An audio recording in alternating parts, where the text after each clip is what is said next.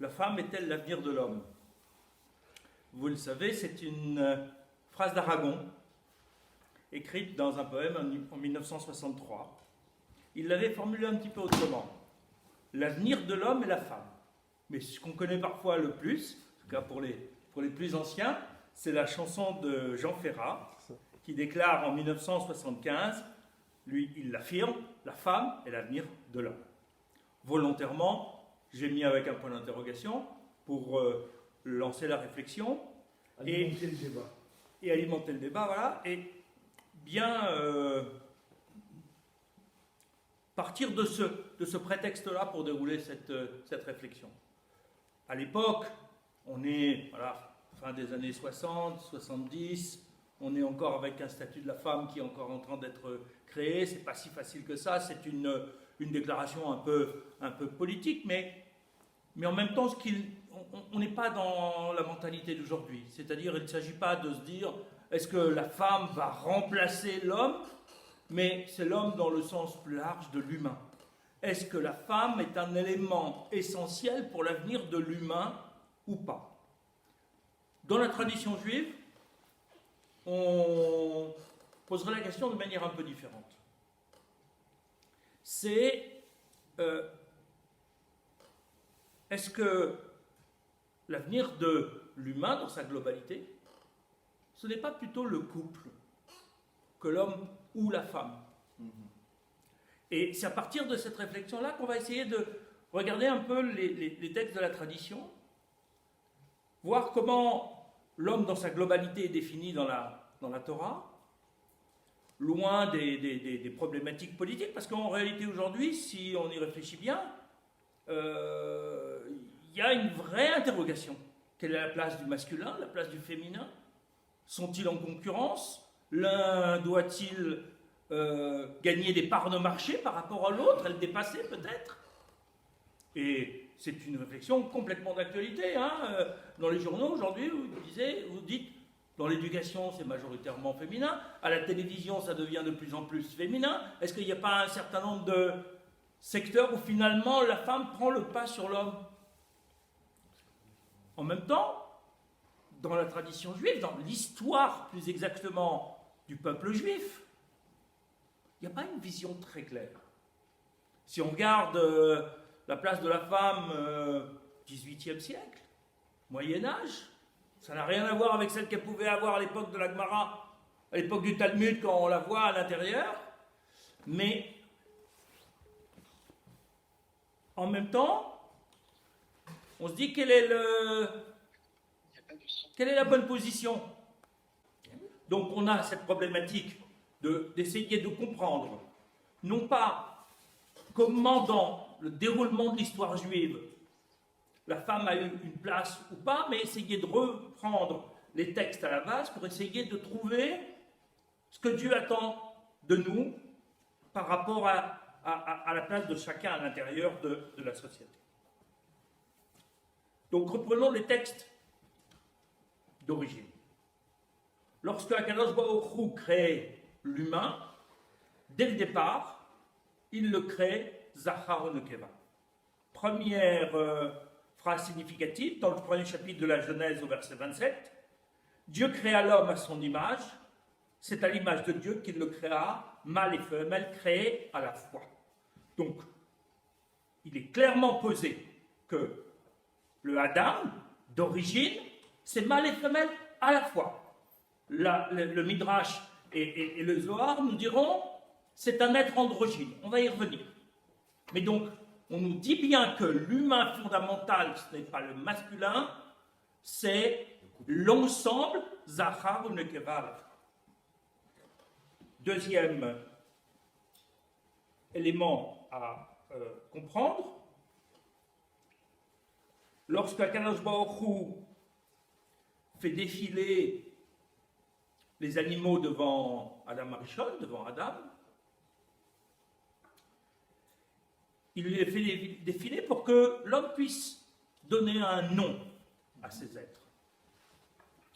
Il va analyser chaque animal pour essayer d'en déterminer les caractéristiques, pour pouvoir définir un nom qui va être la synthèse de l'ensemble de cette espèce animale. Et le Akedat Yitzhak, Rabbi Yitzhak Harama au Moyen-Âge, nous explique pourquoi l'homme n'a pas trouvé, parmi les animaux, c'est ce que nous dit le texte, de compagne qui lui correspond. Yitzhak Harama nous dit, il a recherché 3 paramètres qu'il n'a pas trouvés dans le règne animal. Il n'a pas trouvé de relation intellectuelle suffisamment équivalente, qui lui donne un sentiment d'exister avec son intelligence à lui. Il n'a pas trouvé de proximité affective qui soit importante pour lui et significative. Et il n'a pas non plus trouvé une relation qui soit fiable, qui soit pérenne. Donc du coup, l'homme en quelque sorte fait le constat qu'il n'a pas trouvé un être qui lui correspond. C'est à ce moment-là, nous explique le Midrash, qu'Akadosh Baruch Hu, qui a créé 2 êtres collés dos à dos, va les séparer pour les mettre en face à face. Ce que la Gemara évoque, que Akadosh Baruch Hu a prélevé une côte. En fait, il y a une ambiguïté sur ce terme, et on peut tout à fait lire qu'il a prélevé un côté et il les a mis en face à face. La côte, la traduction de la côte est choisie pour une autre symbolique et un autre enseignement. Mais ce que les textes les plus explicites nous disent, c'est clairement qu'on a au départ un être androgyne, que l'homme fait le constat qu'il ne peut pas rester androgyne parce qu'il lui manque une dimension qui est la dimension de l'échange interpersonnel, et que c'est le face-à-face qui va lui permettre d'atteindre cette grande proximité. En même temps, en les séparant, il crée un désir, la notion de manque, la notion, l'envie de retrouver quelque chose qui va lui manquer. Et on verra exactement ce qu'il y a derrière ce concept-là. À partir de ces textes, la Gemara nous dit, dans Yevamot 63a, qu'un homme masculin qui n'est pas marié n'est pas un homme. C'est-à-dire n'est pas pleinement un homme. C'est un humain normalement constitué, mais il n'est pas complet. Il lui manque quelque chose. Idem pour la femme. Une femme qui n'est pas mariée n'est pas complètement une femme. C'est ces notions qu'il va nous falloir comprendre. Et pourquoi cette incomplétude est si problématique?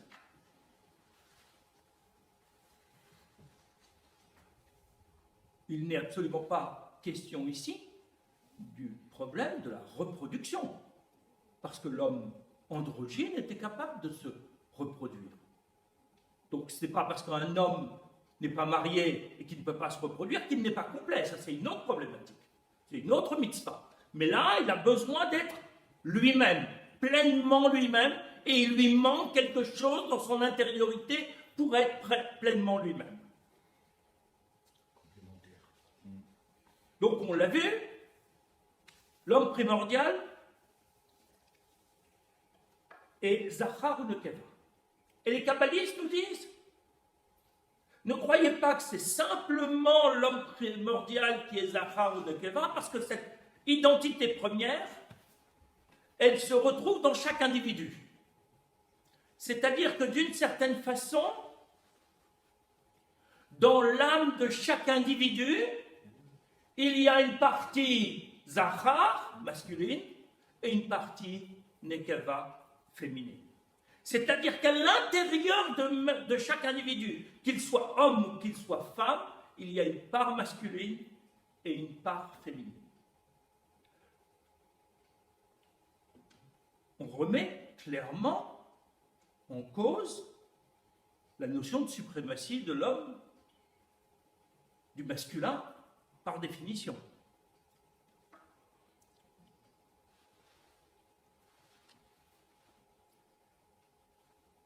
C'est quoi cette problématique de la Neshama? Normalement, et c'est très important pour la suite également, pas juste pour le sujet que je suis en train de traiter, on va dire, naturellement, un homme a une part de neshama masculine majoritaire et une part de neshama d'âme féminine minoritaire. Pour la femme, c'est l'inverse.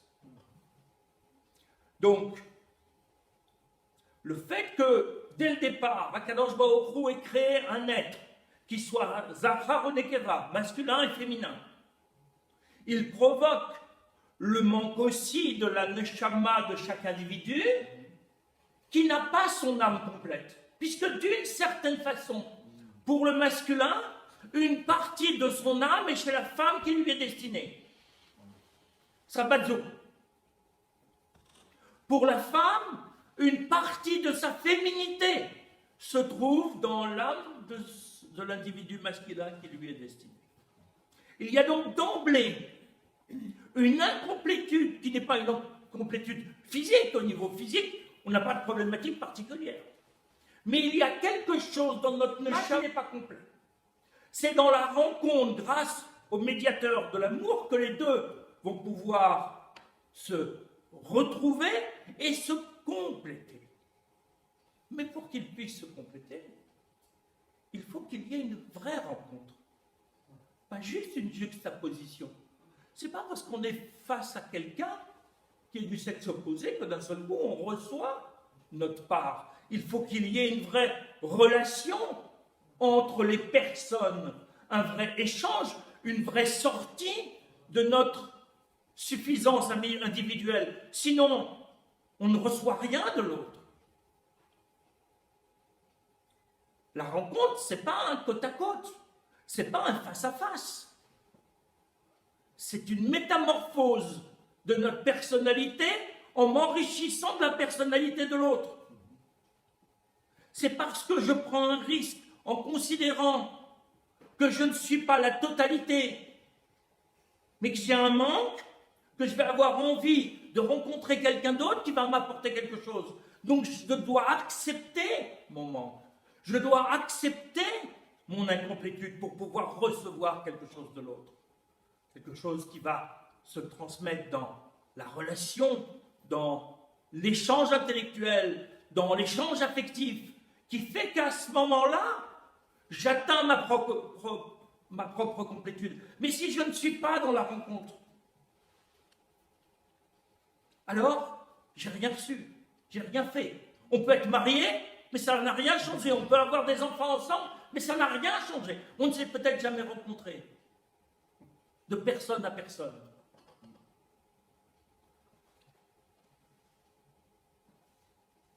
Chacun a besoin de cette rencontre. Pour cela, il faut qu'on revienne aux critères de Rabbi Yitzhak Harama. C'est-à-dire qu'on ait une proximité intellectuelle suffisamment proche pour qu'on ait envie d'échanger, de réfléchir, de penser le monde, la vie, la spiritualité ensemble, qu'on ait quelque chose à se dire. En même temps, il faut qu'il y ait une relation affective, parce qu'il faut qu'il y ait de la proximité. Si on n'est pas dans une relation de proximité, on ne va pas se livrer, on ne va rien dire de soi-même. Et en même temps, il faut qu'on soit dans la confiance, c'est-à-dire que ce soit une relation qui soit une relation pérenne. Quelqu'un qu'on croise dans la rue, avec lequel on a une conversation, ce n'est pas une relation pérenne. On ne va pas se livrer, on ne va pas se raconter, on ne va pas échanger nos préoccupations pour s'enrichir du regard de l'autre. On va juste dire des banalités. Alors ça fait partie aussi de la vie sociale. C'est pas grave. Mais à un moment donné, pour être pleinement soi-même, il faut rencontrer quelqu'un d'autre avec qui on est attaché, on est lié pour construire quelque chose de différent, qui ne soit pas simplement la reproduction de nous-mêmes, et quelque chose de durable. C'est ce qu'on appelle le couple réussi, c'est-à-dire un vrai couple. Pas simplement une association de deux êtres qui sont différents. Une alchimie. Oui. À ce moment-là, cette alchimie que vous évoquez, c'est ce qui va nous permettre notre métamorphose. C'est-à-dire qu'on va aller au bout de nous-mêmes.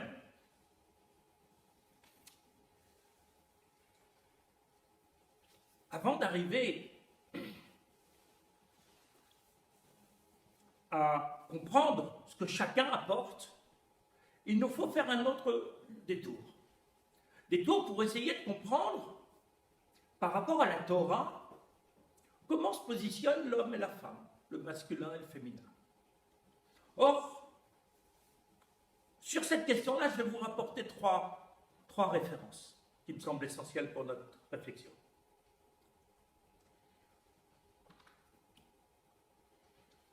Ce sont des références que vous connaissez, mais que je vais mettre en perspective. La première se trouve dans le chapitre 19 de l'Exode, verset 3. On est encore avant le Matan Torah. Akadosh Baruch Hu s'adresse à Moshe Rabbeinu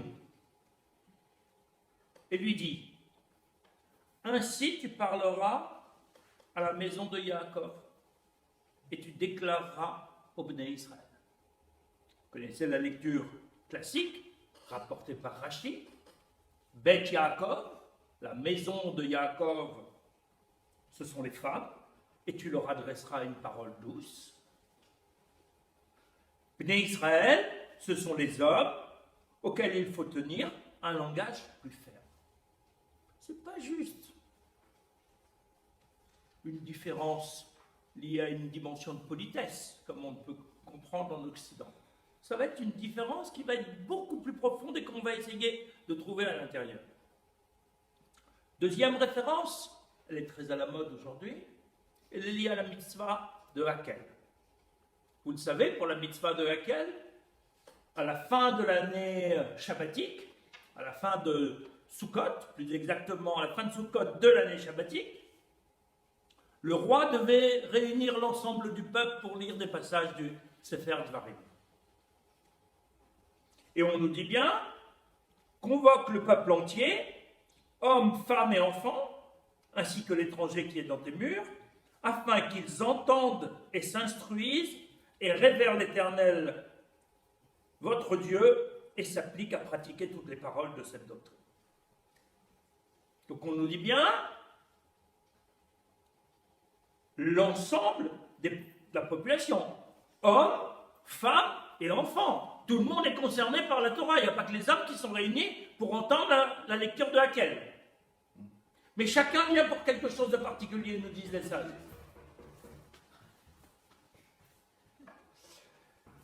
Les femmes viennent pour entendre, l'ishmoa. Les hommes viennent pour étudier, l'ilmon. Les enfants pour faire acquérir un mérite à leurs parents. On voit donc bien qu'il y a là une position particulière des différents publics. Chacun vient pour la Torah, chacun par rapport à sa propre mission, par rapport à sa propre identité. Les femmes, les hommes et même les enfants, et les enfants dont il s'agit, c'est taf, c'est-à-dire les bébés, ceux qui ne sont peut-être pas en mesure de comprendre. Troisième référence, là aussi, classique, qui se trouve dans le livre des Proverbes, chapitre 1, verset 8. Écoute mon fils, les remontrances de ton père, ne délaisse pas les instructions, la Torah de ta mère. Moussar avircha, Torah timer. Deux dimensions, le moussar, qui est une recommandation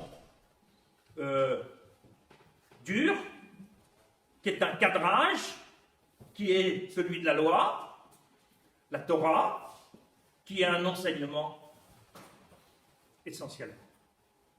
Dans ces trois textes, on distingue deux dimensions qui sont essentielles. D'un côté, on distingue le din. Le din, c'est la loi, c'est la règle, c'est pour les hommes, c'est l'étude, et quand on dit l'ilmod, c'est plutôt l'étude de la Gemara et l'étude de la halakha. La partie exigeante, rugueuse, rigoureuse de la loi. De l'autre côté, c'est le concept de chesed, de générosité, la douceur par rapport aux femmes dans la parole au Sinaï, c'est l'affection, le côté rapprochant. Ça évoque bien évidemment un autre texte dans la Gemara de Sota, où on nous dit, page 47a, il faut systématiquement avec les enfants les attirer de la main droite et les tenir à distance de la main gauche. La main droite, c'est le chesed, la main gauche, c'est la rigueur, c'est le din. On nous dit, finalement ici, comprenez que dans le couple, quel qu'il soit, il doit y avoir du chesed et du din.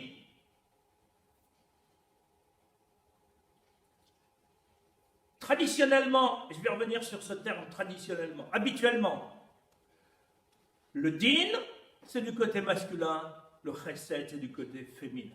Mais ce ne sont là que des généralités. Parce que selon la particularité de notre âme, qu'on vient de voir, qui peut être majoritairement masculine, partiellement féminine ou inversement, mais un homme peut avoir une âme avec une majorité féminine et une minorité masculine. C'est-à-dire qu'un homme peut être pleinement chesed et débordé de chesed, et une femme peut être pleinement din et débordée de din. L'important dans l'éducation comme dans le couple, c'est qu'il y ait chesed et din. Pourquoi? Parce que rappelez-vous, et on va le voir encore plus en détail, mais rappelez-vous quelque chose avant d'aller plus loin. Qu'est-ce qu'on nous dit à propos d'Akadosh Baruch Hu? Qu'il est lui-même parfois masculin, parfois féminin. Ça ne veut pas dire qu'Akadosh Baruch Hu il a un corps avec une identification sexuelle, ça n'a rien à voir. Il a les deux facettes. Il est parfois dans le din, il est parfois dans le chesed. Donc c'est symboliquement qu'on nous le présente masculin et féminin. Lorsqu'il est dans le din, il est avec la goura typée masculine, et lorsqu'il est dans le chesed, il est dans la position majoritairement féminine, mais ce ne sont là que des symboles, ce n'est pas une identité obligatoire pour le masculin comme pour le féminin. Ce sont simplement deux dominantes. Pourquoi on a besoin des deux? Parce que, si on regarde bien, déjà, à l'époque des patriarches, on a un problème.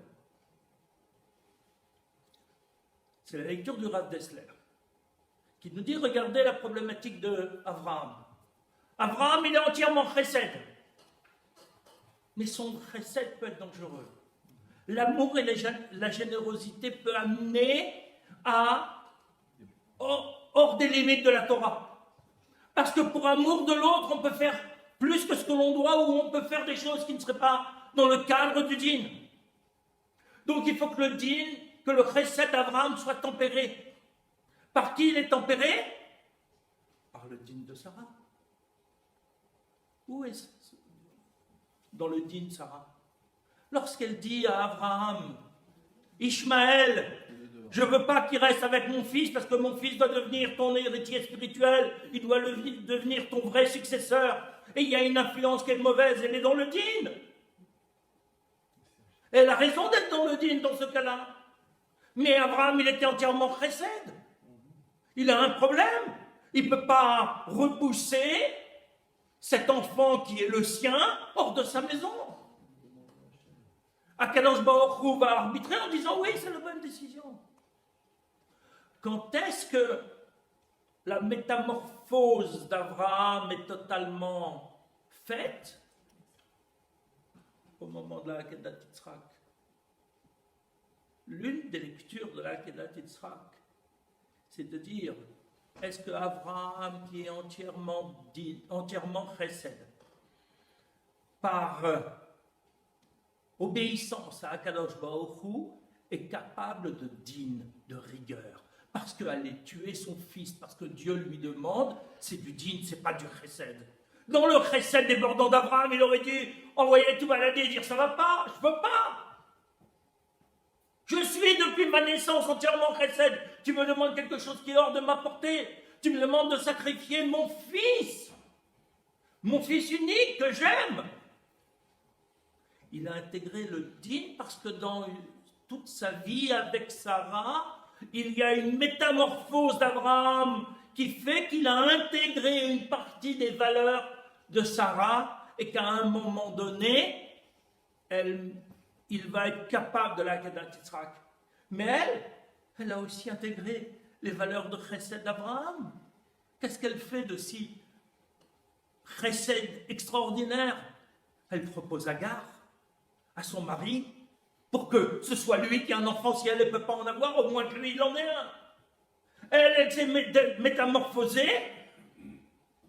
Lui s'est métamorphosé. Ils sont arrivés ensemble à se réguler l'un l'autre. C'est quoi le concept de Ezer Kenegdo? Une aide à tes côtés, comme on traduit habituellement. Mais enfin, bon, c'est quoi? Alors, c'est l'homme, le patron, il a besoin d'un petit chaouche, une petite aide à ses côtés pour être encore plus le roi? Pas du tout. Ezer, comment Negdo? Elle est une aide parce que c'est comme si elle s'opposait. Elle ne s'oppose pas à elle-même. Mais en même temps, du fait de sa personnalité, est constituée, comme il y a une vraie rencontre, alors elle constitue une dimension de régulation. Quand tu es dans l'excès de chesed, c'est comme si Sarah disait à son mari, quand tu es dans l'excès de chesed, je suis là avec mon dîne pour te dire, non, stop, on va trop loin. Mais toi, Sarah, quand tu es dans l'excès de dîne, alors moi, je suis Abraham pour moduler un petit peu ton dîne également. On a le même phénomène avec Yitzhak et Rivka. Yitzhak est entièrement digne et il a besoin d'une régulation qui est celle de Rivka pour gagner un peu de chesed. Et on le voit bien lorsqu'il s'agit de la bénédiction, il risque de faire le mauvais choix, celui de Esav et pas celui de Yaakov. Alors elle va rentrer un peu avec sa dimension pour réguler sa tendance et son risque d'extrémisme dans l'expression de sa personnalité. Chacun doit pouvoir être régulé. Et c'est ce qui se passe avec Akadosh Baruch Hu. Dans sa relation qu'il a avec nous, sans arrêt, il régule son chesed avec son din. Parce qu'on a besoin d'affection. L'enfant de la mère qu'on évoquait dans « N'oublie pas la Torah, ne t'éloigne pas de la Torah de ta mère ». Mais on a besoin de rigueur, un cadre pour se construire. N'oublions jamais. C'est pour ça que Beth Yaakov arrive avant Bnei Israël dans le verset précédent, c'est-à-dire les femmes. On parle d'abord aux femmes avant de parler aux hommes. N'oublions jamais que la première construction de l'individu se fait dans l'affectif, dans l'attachement familial, affectueux à la Torah, avant de se faire dans la règle du Père. Et c'est essentiel, parce que si jamais à un moment donné, au moment de l'adolescence ou plus tard, l'homme veut promener les règles du Père parce que c'est trop contraignant, alors tant qu'il est attaché par l'affection de la mère, on a une possibilité de le garder dans la Torah. S'il jette les deux, il va falloir vraiment s'inquiéter pour lui. Mais tant qu'il y a l'affection, tant que la porte est ouverte, même lorsque le père il a fermé la porte, que la femme, la mère, elle ouvre la porte pour qu'il rentre, alors on a un espoir que cet enfant revienne. Quand je dis mère, quand je dis père, c'est simplement dans la majorité des cas, pas du tout dans la norme. C'est que simplement au moment de la rencontre, il est souhaitable qu'il y en a un qui joue le rôle du din et l'autre joue le rôle du chesed, tout en sachant que tout seul, il ne peut pas arriver à l'éducation de l'enfant. C'est pour ça qu'on voit bien que dans les familles monoparentales, il manque souvent quelqu'un, que ce soit monoparentale masculine ou féminine, il manque quelqu'un. Et c'est très difficile de jouer les deux rôles lorsque soi-même on n'est pas arrivé à la complétude de son être. Et en général, lorsqu'on s'est séparés, c'est qu'on n'avait pas fait la bonne rencontre. Non pas parce que l'autre il n'était pas bien, c'est que ce n'était pas exactement le Ezer Kenegdo qu'il nous fallait. Mais le Ezer Kenegdo, comprenons-le dans les deux sens, comme je viens de l'expliquer. C'est la femme qui aide son mari à se réguler et c'est l'homme qui aide sa femme à se réguler. Le Ezer Kenegdo, il fonctionne dans les deux sens. Il n'est pas juste dans une vision machiste. Il y a la femme qui est là pour aider le mari, mais le mari, c'est le seul personnage important. Non! Sans sa femme, il n'est rien. Il n'est que la moitié d'un tout. Mais la femme aussi, elle n'est rien. Alors on voit les féministes aujourd'hui, éliminons les hommes. Bon, ben, pourquoi pas, mais elles n'ont rien compris non plus. Elles ne seront pas plus entières en éliminant les hommes que les hommes seront entiers lorsqu'ils éliminent les femmes. On a besoin d'une rencontre, donc d'un vrai partenariat, qui n'est pas simplement une complémentarité pour avoir des enfants. On ne se marie pas pour avoir des enfants. On se marie pour arriver à sa complétude, donc pour rencontrer quelqu'un qui va nous permettre d'être nous-mêmes, et à partir de cette nouvelle entité qu'on appelle le couple, à ce moment-là, on est en mesure d'avoir des enfants de manière équilibrée. Physiologiquement, on peut en avoir sans ça, mais de manière équilibrée, parce qu'on présentera aussi une dimension familiale à nos enfants qui sera équilibrée. Pour que cette rencontre puisse se faire, il me semble qu'il faut 3 règles essentielles dans la relation et dans la rencontre.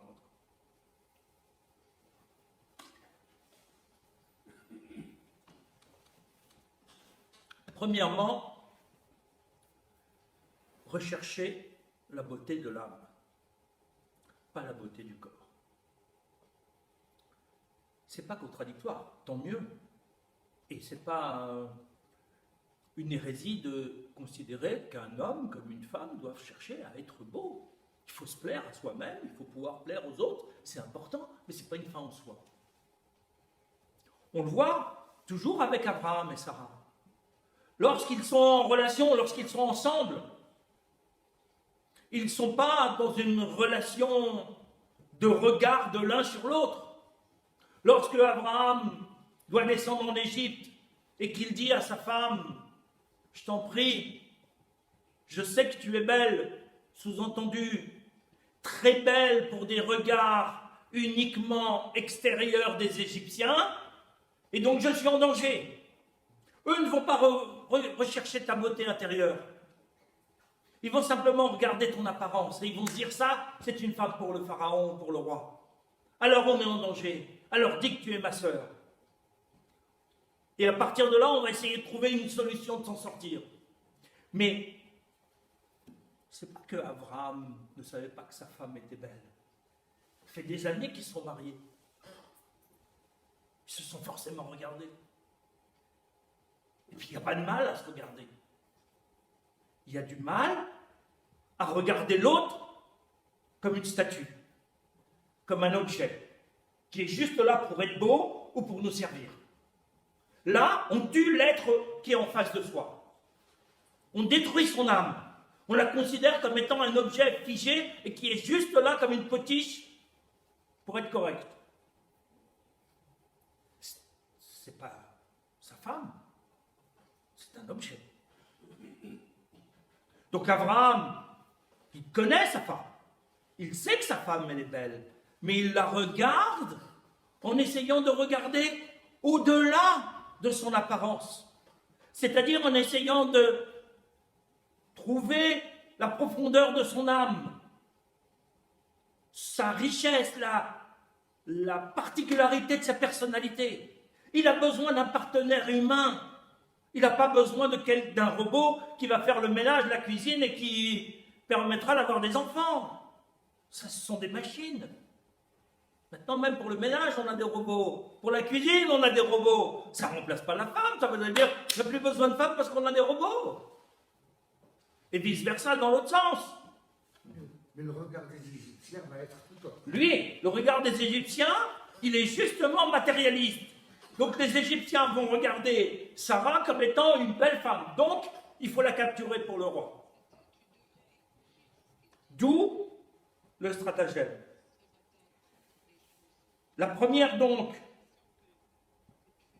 des recherches, c'est la beauté intérieure de la personne avec qui je suis. Deuxième critère. Quelle place je lui laisse ? La grande difficulté dans la rencontre, c'est d'accepter qu'un autre système de référence et de valeurs puisse exister. Or, tout dans notre éducation sur la valorisation de l'individu, elle va dans l'autre sens.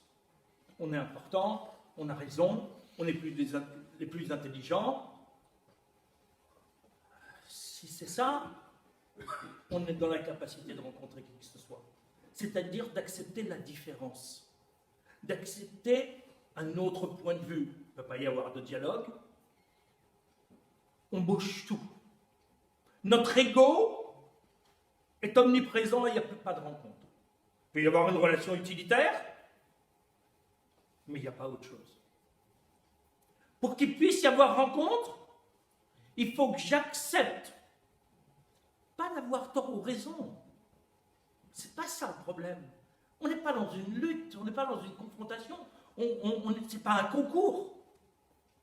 Il faut que j'accepte qu'il puisse y avoir une autre manière de sentir les choses, de ressentir, de penser les choses, les problématiques auxquelles on est confronté. Nous ne sommes pas omniscients. Donc il peut y avoir de la diversité. Et cette diversité, elle est aussi crédible que la nôtre. Peut-être qu'après ce sera moi qui aurai raison. Peut-être qu'après ce sera elle qui aura raison. Peu importe. L'important c'est d'avoir raison ensemble, pas l'un contre l'autre.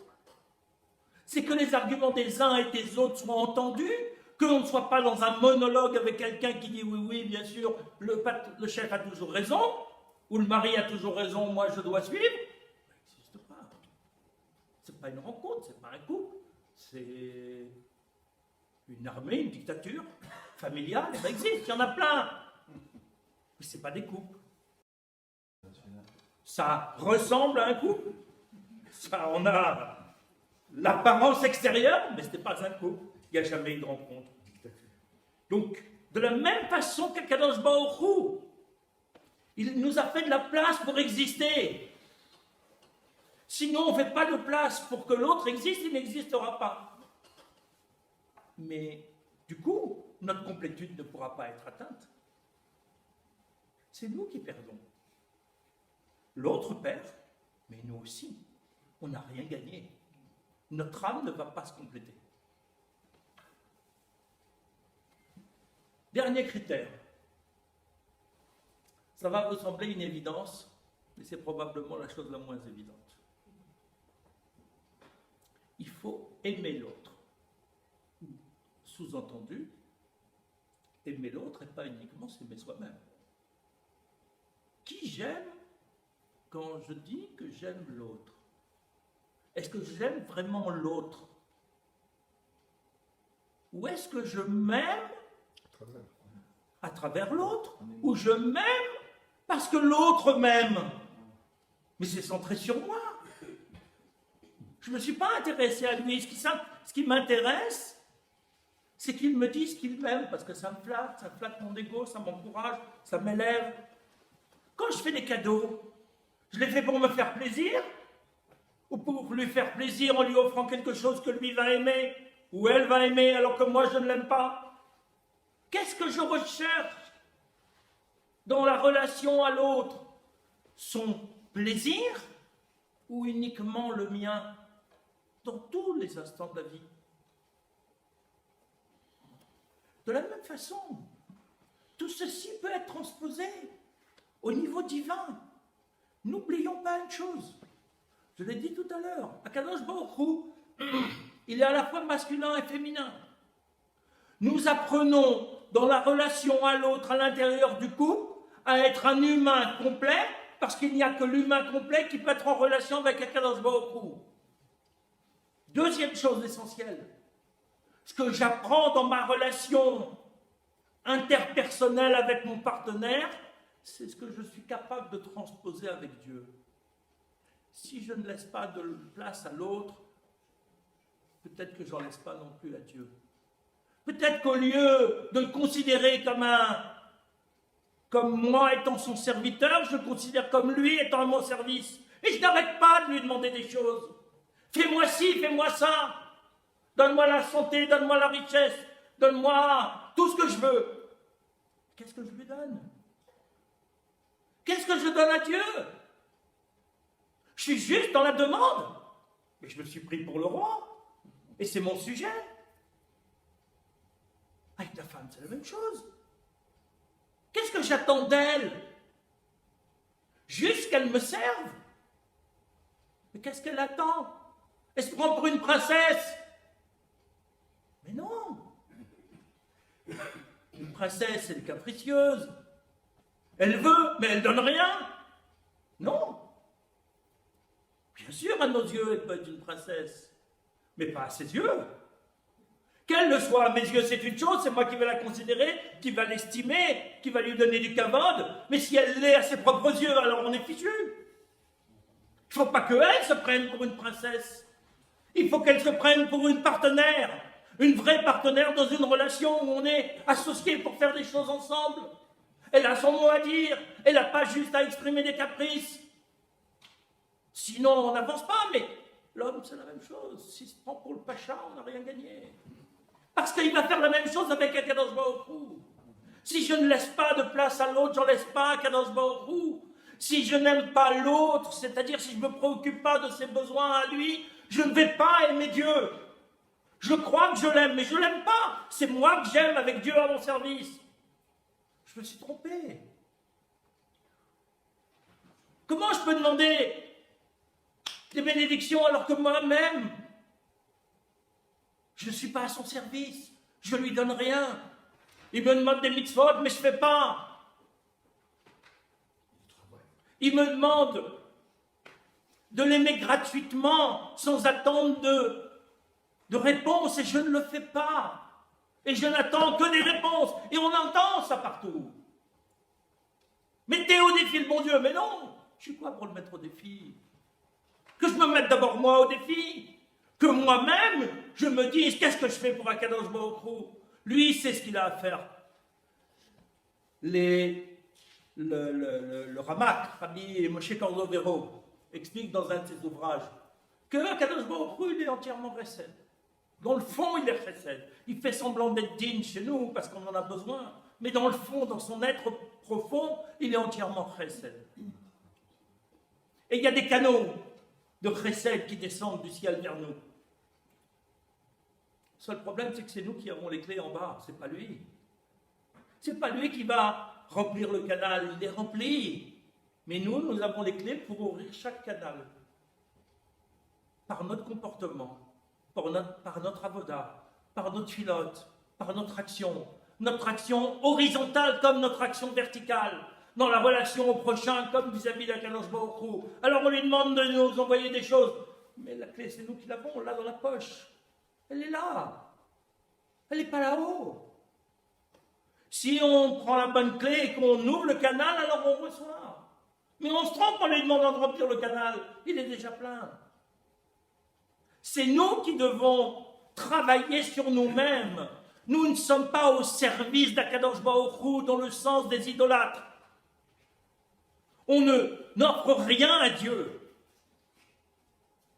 On s'offre à nous-mêmes pour être partenaire d'Akadosh Baruch Hu parce que c'est ça qu'il attend. Il nous a donné le mode d'emploi, il est dans la Torah.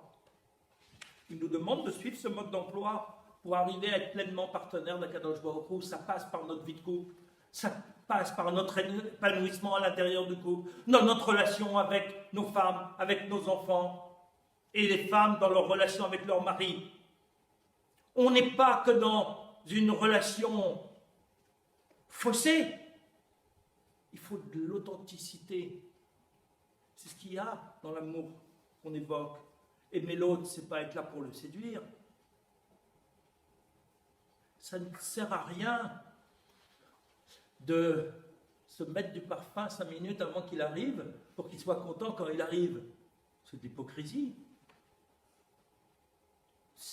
Je cherche à quoi? À le séduire. Pourquoi il a besoin de mon parfum pour m'aimer? Si je ne me parfume pas, il ne m'aime pas? Ben non! Mais je dois me parfumer d'abord pour moi-même, parce que j'ai envie d'émettre un parfum agréable. Mais le vrai parfum agréable, ce n'est pas le parfum esthétique qu'on met sur nous. C'est notre comportement. C'est notre pureté d'âme.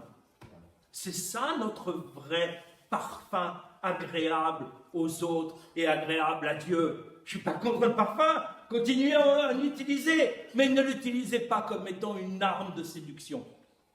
Parce que c'est dire, ben, si je ne mettais pas du parfum, il ne me regarderait même pas. Si vous ne regardez pas parce que vous n'avez pas mis de parfum, alors c'est qu'il y a un problème de relation, c'est que vous ne vous êtes pas rencontrés, vous êtes juste les uns à côté des autres. Si il vous a rencontré, alors il s'en fiche de votre parfum, même s'il peut être très agréable et envoûtant. De l'authenticité, parce que c'est aussi ça qu'il nous faut vis-à-vis d'Akadosh Baruch Hu. Essayons de conclure.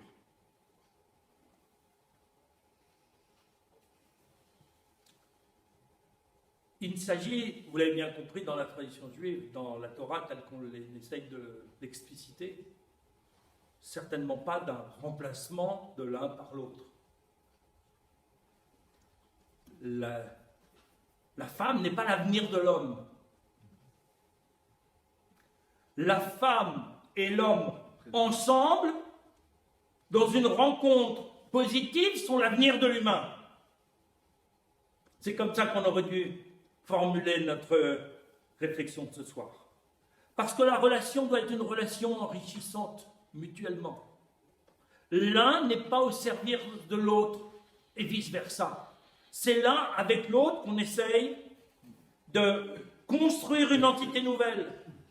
Chacun a quelque chose de singulier et d'original à apporter à l'autre.